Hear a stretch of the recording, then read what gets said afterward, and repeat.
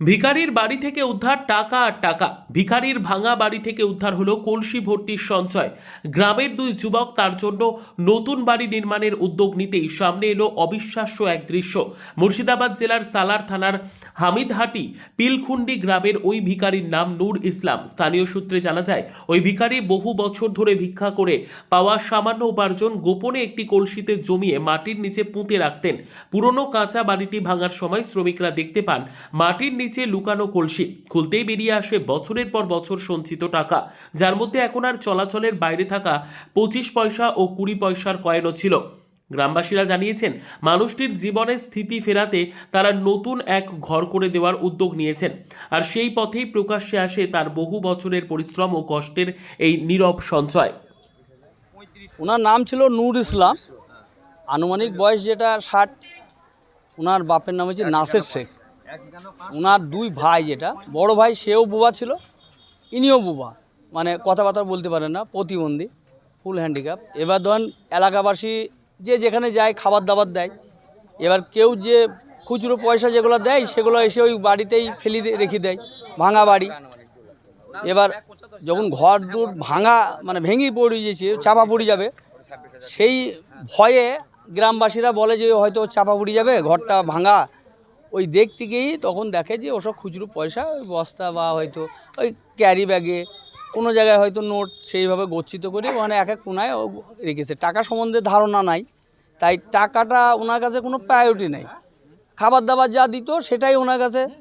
এবার কাপড় চোপড় বলতে গেলে একটা কাপড়েই ওনার চলে যায়, ওনার কোনো শখ বা এরকম তো কিছু নয়। আর যেহেতু বোবা আর কথাও বলতে পারে না, সেই হিসাবে যে কারোর সঙ্গে কথা বলবে যে আমার টাকা আছে কি ঘরটা করে দাও, এরকম কোনো নেই। তাই টাকাগুলো ওইভাবেই রেখেছে। এখন পর্যন্ত যেটুকু দেখা যাচ্ছে সেটা আনুমানিক প্রায় 2 লাখের কাছাকাছি হবে। মানে খুচরো, সবই তো খুচরো পয়সা, বুঝতে পারছেন, সব খুচরো, সে 5 টাকা 2 টাকা, কেউ হয়তো 10 টাকা পর্যন্ত নোট দিয়েছে।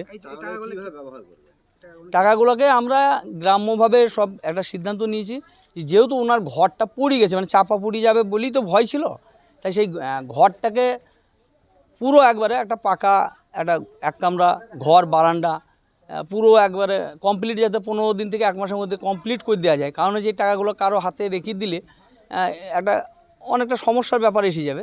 তাই সেই কারণে আমরা এলাকাবাসী হিসেবে চিন্তা করছি যে কাল থেকেই একটা ইট টিট কিনে সিমেন্ট বালি দিয়ে মিস্ত্রির সঙ্গে যোগাযোগ করে ওই জায়গার উপর, ওনার জায়গার উপরেই এক কামরা ঘর বারান্দা করে একবার কমপ্লিট করে দেওয়ার একটা সিদ্ধান্ত নেওয়া হয়েছে। পরিবার বলতে গেলে ওনার ভাই ভাবি ছিলেন, ভাই মারা গেছেন, ভাবি চলে গেছেন। এখন ওনার যেটা মানে ওনার যেটা ছেলে পিলে বলতে গেলে, তিনারা ছেলেরা সব বাইরে, এখানে আসে না। যখন আসে একবার করে কিছু ওই আধার কার্ড, ভোটার কার্ড যা পাই সব গুটি কাটি নিয়ে পালিয়ে যায়। আমার নাম চাঁদ মোহাম্মদ। এটা মুর্শিদাবাদ জেলা সালার থানা অন্তর্গত ভরতপুর 2 নম্বর ব্লক। গ্রামটা হচ্ছে হামিদহাটি পিলখুন্ডি। এই অঞ্চল হচ্ছে, অর্থাৎ গ্রাম পঞ্চায়েত হচ্ছে কাকগ্রাম, আর এটা হচ্ছে ইমামতলা। হ্যাঁ, কিছু বলতে 10 টাকা 20 টাকা, আর ওই কয়েন আগেকার যুগে 20 না 8 আনা 50 পয়সা, 1 টাকা 2 টাকা 5 টাকা কয়েন, এই কিছু উদ্ধার হয়েছে। তাই এই প্রচন্ড কষ্ট পাচ্ছে। ওই ভাঙা ঘরটা দেখেছেন নিশ্চয়ই আপনারা, তো ভাঙা ঘরে প্রচন্ড কষ্ট পাচ্ছিল এই হানিফ ভাই উদ্যোগ নিয়ে আমাকে বলে বলছি, যাই হোক খেপা কষ্ট পাচ্ছে, আমরা দুজনে মিলে যাই হোক একটা ব্যবস্থা করে গায়ের লোককে বলে সেই ঘরটা থাকার একটা ব্যবস্থা করে দেবো, চায়না পাঁচিলের ঘর করে দেবো। তাই খেপাকে বলে বলছে কিছু পয়সা করে আছে, কিছু বলতে 26,000 টাকার মতো এই ভাইকে দিয়েছিলেন।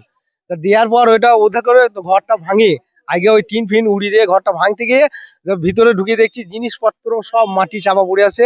যে চাপার পর থেকে সেই বস্তা বেরোচ্ছে গিট মারা, 100টা গিট মারা বস্তা খুলে দেখছে কয়েন, 10 টাকা নোট, 20 টাকা নোট, এসব টাকা বের হচ্ছে। তা ওই টাকা দিয়ে ভালোই হলো, 26,000 টাকা দিয়ে তো সমস্ত ঘরটা কমপ্লিট হয় না। আমরা তাই চিন্তা করছিলাম যে কিভাবে ঘরটা করা হবে। তা সেই জন্য ওই এই টাকাগুলো কিছু বের হলো, ভালোই হলো। আর চায়না পাঁচিলের ঘরটা কিছু হেল্প হয়ে গেল। চায়না পাঁচিলের ঘরটা ভালো করে তৈরি করে মেজি ফেজি করে যে কদিন জীবনটা থাকে চলে, সেই কদিন বেঁচে থাকবে, সুস্থভাবে ভালো থাকবে, সেই হিসাবে সব অবস্থা করে সমস্ত গ্রামের মানুষের দেখতে পাচ্ছেন সবাইকে সহযোগিতা করে। আমরা একা করছি না, সমস্ত সবাইকে ইনি ওই স্টেশন দিয়ে সালাদ দিয়ে আর দিয়ে যেতেন, লোকের কাছে পয়সাগুলো চাইতেন। দেখতে তো পাচ্ছেন চানো পয়সা, খুচরো পয়সা, 10 টাকা নোট, 5 টাকা নোট, 20 টাকা নোট, নিজস্ব বলে, হ্যাঁ নিজস্বই পয়সাগুলি চেয়ে চেয়ে নিয়ে রাখতো। অনুমানিক কত বলতে পারছি না, তা আশা করি যেটুকু হয়েছে আল্লাহর রহমতে ওর ঘরটুকু হয়ে যাবে ইনশাল্লাহ। তাও 50-60 হাজার টাকা, খুব বেশি হলে 70,000 80,000 এরকম হতে পারে, তার বেশি না। ও হ্যাঁ, কয়েন আর 10 টাকা নোট, 5 টাকা নোট, আর সামান্য কিছু 200 টাকা 100 টাকা নোট, সামান্য কিছু অল্প স্বল্প। তা সেই জন্য হয়তো চেনো।